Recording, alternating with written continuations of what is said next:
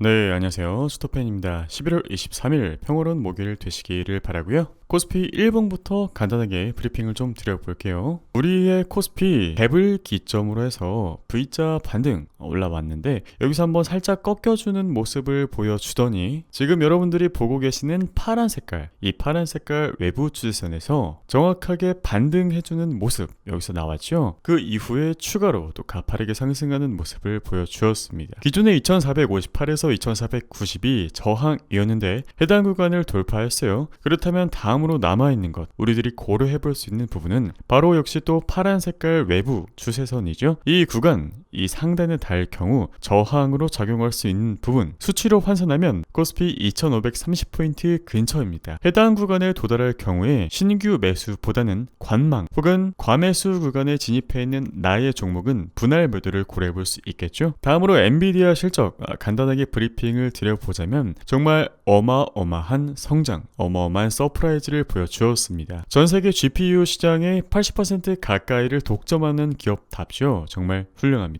다만 하락한 이유, 대중국 판매 규제가 실적에 부정적일 것이란 전망 때문에 하락을 하기는 했는데요. 이것 말고는 엔비디아 성장의 여지에 대해서 의심할 부분이 전혀 없었고, 특히나 데이터 부분 쪽의 실적 성장률을 보면 정말 무서울 수준이었습니다. 인공지능이라는 태풍 그 중간에 있는 기업이기 때문에 우리들이 앞으로도 쭉 지켜보고 투자를 해야겠죠. 엔비디아양 공급망 기업도 역시 투자를 해야겠습니다. 코스피는 한때 2500선 밑으로 빠지기는 했지만 이스라엘 하마스 간 인질 석방을 조건으로 일시휴전 합의 소식에 낙폭을 축소했고 상승하는 데 성공을 했습니다. 양국의 이해관계가 빨리 합의가 됐으면 좋겠네요. 지금 보고 계신 차트는 미국 달러, 대한민국 원, 그러니까 원달러 환율 차트죠. 이 차트를 보시면 파란 색깔 상단 추세선, 파란 색깔 하단 추세선, 이 추세선 안에서 차트가 움직이고 있습니다. 그렇습니다. 채널 안에서 이렇게 움직이는 패턴인 건데요. 그렇다면 채널 하단은 지지로서 역할을 해볼 수 있겠죠. 1차, 2차, 3차 오늘날의 자리에서 마침 반등이 나오는 상황입니다. 달러가 다시 올라오지 않기를 바라고 있긴 하지만 마침 또 달러가 올라오고 코스피가 고점 근처에 있고 이런 것들을 고려해 봤을 때 조금은 경계를 해야 될 필요성도 있겠구나, 이렇게 생각 정도는 해볼 수 있겠습니다. 다음으로 11월 외국인 순매수 상위 그래프를 좀 보시면서 이야기를 드려볼게요. 한국 증시의 수급 주도권은 현재 외인이 주도하고 있습니다. 선물의 경우 8,000계약 이상을 매수하고 있고 현물은 삼성전자를 중심으로 4일 연속 순매수를 지속하고 있더라고요. 외국인의 반도체에 대한 선호가 지속되고 있고 그것이 대한민국 증시의 주가 낙폭을 축소하는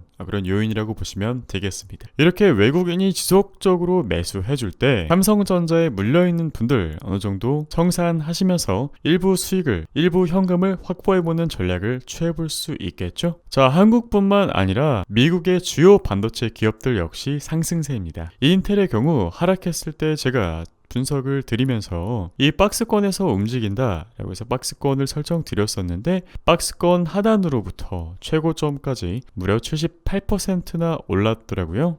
제가 단순하게 인텔이라는 기업이 망하지 않을 거다, 결국에 끌어올려질 것이다 라고 예측했던 부분은 미국의 핵심 반도체 기업 중에 하나이고, 만약에 무너진다 라고 하더라도 누군가가 M&A를 통해서 인텔을 흡수하면 했지 쉽게 무너지지 않을 것이다, 이렇게 판단을 했던 부분이 컸던 것 같습니다. 다음으로 마이크론입니다. 마이크론 역시 삼성전자, SK하이닉스와 같이 꼭 봐야 하는 회사라고 생각을 했고요. 마찬가지로 하단 지지밴드를 설정해드렸을 때 48.5에서 50달러로 설정드렸었습니다. 실제 RSI, 그러니까 침체 공포 구간에서 올라오는 모습을 보여주었죠. 그것이 매수 근거로 적용할 수 있었고, 맨 아래 밴드로부터 최상단까지는 무려 플러스 60%, 다음 지지밴드로 설정해드렸던 63에서 66달러에서부터는 플러스 26% 상승을 달성했습니다. 다만 오늘날의 자리, 과거 패턴을 보면은 과매수 구간에 진입을 했을 때 분명히 조정이 일어났던 것을 확인할 수 있었죠. 그렇다면 70달러에서 72.8달러까지 마이크론이 조정 후에 올라갈 수 있겠구나, 그러니까 지금은 신규 진입 타이밍은 아니겠구나, 이렇게 추론을 해볼 수 있겠죠. 다음으로 AMD 일봉입니다. AMD의 경우 85달러에서 87.4달러 해당 구간 주요 지지밴드로 제시드리고 꽤나 큰 상승을 이룩했어요. 플러스 40% 이상 상승하고 주가 조정이 받은 모습인데요. 그 다음으로 95달러에서 98달러를 다음 단기 지지밴드로 설정드렸었습니다. 주가는 한 번 더 저점을 달성하긴 했지만 RSI 히든 다이버전스, 그러니까 상승할 수 있는 그런 패턴이 만들어지면서 실제 지지에 성공하고 주가는 무려 플러스 29%나 상승을 했습니다. AMD의 경우 엔비디아의 유일한 대항마로 평가받는 기업이고 실제로 AMD에서도 GPU를 내놓고 있어요. 그런데 재미있는 사실은 여러분, AMD의 리사수, 엔비디아의 젠슨 황이 먼 친척이라는 사실 알고 계셨나요? 그러니까 대만의 한 가문이 전 세계의 GPU 시장을 쥐고 있는 겁니다. 정말 대단하죠. 다음으로 우리들의 삼성전자 일봉입니다. 삼성전자를 물려 계시는 분들이 많이 계시긴 하겠지만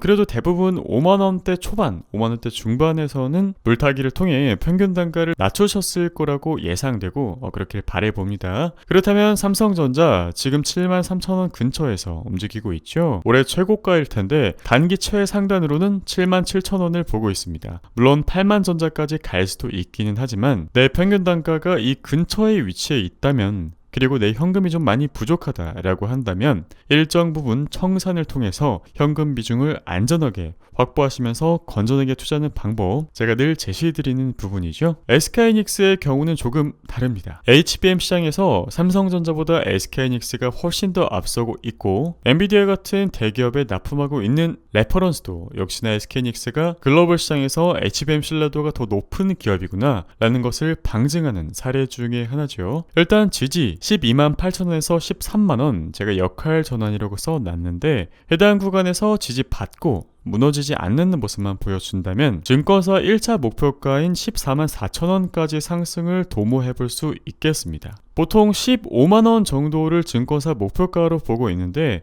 거기까지 가지 않더라도 상승폭이 그렇게 많이 차이 나지만 않는다면 여기서부터 분할 매도를 고려해볼 수 있겠죠. 자, 그리고 작년부터 올해 초까지 이어졌던 긴 하락, SK하이닉스의 경우 과도한 하락이다. 우리들이 적어도 75,200원부터는 1차 전략을 세워볼 수 있겠다. 실제 이 구간에서 지지 성공하고 고점까지 78%나 상승했습니다.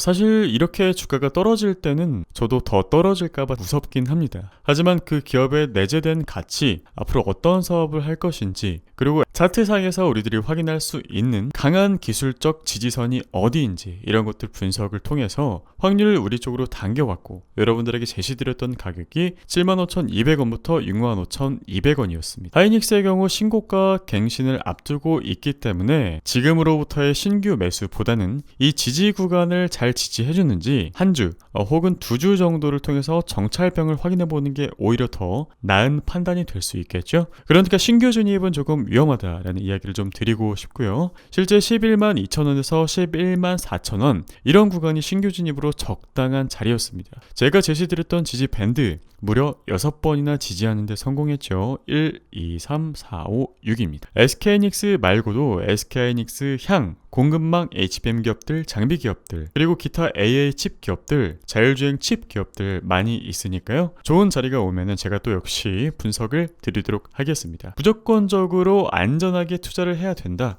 특히 지금 같은 고금리 상황에서는 최대한 손실을 줄이는 방향으로 투자를 하셔야 됩니다. 다음으로 엔비디아 일봉입니다. 제가 새벽에 이 동영상을 녹화를 하고 있는 타이밍에 엔비디아가 하락을 하고 있긴 하지만 482.7달러 해당 구간에서 만약 지지에 성공한다면 미국 투자은행들이 제시한 증권사 목표가 625달러에서 650달러를 다음 상승 포인트로서 우리들이 또 기대를 해볼 수 있겠죠. 개인적으로는 엔비디아의 상승이 지금 말이 안 된다라고 생각하긴 하지만 이번에 실적을 통해서 실제 증명해낸 부분이 있기 때문에 오히려 말이 된다라는 쪽으로 전문가들 의견이 바뀌고 있고 월가에서 이번에 발표한 엔비디아 실적 평가 매우 긍정적이었습니다. 대부분 긍정적이었죠. 그렇기 때문에 엔비디아를 역시 또 투자하지는 않더라도 주가 움직임을 면밀하게 관찰해 봐야겠습니다. 역시나 한국 기업과 밀접하게 연관되어 있는 기업이기 때문이죠. 마찬가지로 유의 깊게 관찰해 보며 여러분에게 브리핑 드리겠습니다. 드리겠습니다. 자, 좋은 소식이죠. 코스피의 신용잔고, 코스닥의 신용잔고 상당히 줄어들고 있고 매우 낮은 상태까지 도달했습니다. 다시 반등하는 모습을 보여주고 있긴 하지만 개인 예탁금 추이가 늘어나면서 또 증가하고 있기 때문에 이 부분은 또 긍정적이라고 볼 수 있겠습니다. 증시가 반등을 이어가는 조건은 두 가지가 있는데요. 일단 첫 번째로 주요 국가의 제조업 구매 관리자 지수 반등, 구매 관리자의 활동 수준을 측정하는 지수죠. 수치가 50을 넘을 경우 경기의 확장을 나타내고 50 미만은 경기 위축을 뜻합니다. 두 번째, 한국 11월 수출 지표에서 긍정적인 모습이 발견될 경우 우리들이 증시 반등이 이어질 수 있겠구나 근거로 채택을 해볼 수 있겠죠. 모두 다음 주에 발표될 지표이기 때문에 무난한 증시 상황을 기대해볼 수 있도록 부디 좋은 숫자가 나타나기를 바라봅니다. 자, 주의사항도 있습니다. 두 가지. 고점 근처에 위치해 있는 종목은요, 어떤 섹터이건 조심하세요. HBM, AI칩, 헬스케어, 기타 등등 말이죠. 투자나 매매할 종목이 없다면 관망 또한 하나의 투자 결정이라는 사실 꼭 기억하시기를 바라겠습니다. 조급해 하실 필요가 없는 게 여전히 시장의 기회는 있고 언제든지 투자할 기업은 넘쳐납니다. 미국에도 많죠. 다만 평온한 투자를 위해서 다가올 미래에 우리들에게 발생할 수 있는 기회를 위해서 일정 부분 현금을 확보하는 습관을 들여 건전하게 투자하시기를 권유드리겠습니다. 관심 업종은요, 퀄리티 주식, 미국 주요 기업, 반도체, 그리고 일부 현금입니다. 항상 초심, 원칙을 지키며 건전한 주식 투자를 이어가는 우리들이 되기를 바라고요. 여러분들에게 이야기 드렸던 유안타증권 신규 기존 고객, 스타벅스 평생 매월 참여 가능 이벤트, 중복 참여 가능하다는 부분 꼭 참고하시기를 바라고요. 이벤트 신청 후에 25만원 상당의 주식 매수 매도, 그러니까 50만원 이상의 거래만 하면은 스타벅스 기프티콘이 지급이 되니까 더보기란을 참고하셔서 혜택을 받으시기를 바라겠습니다. 오늘 여러분들과 함께한 자료 도움이 되셨다면 구독, 좋아요, 알람 설정 부탁드릴게요. 감사합니다.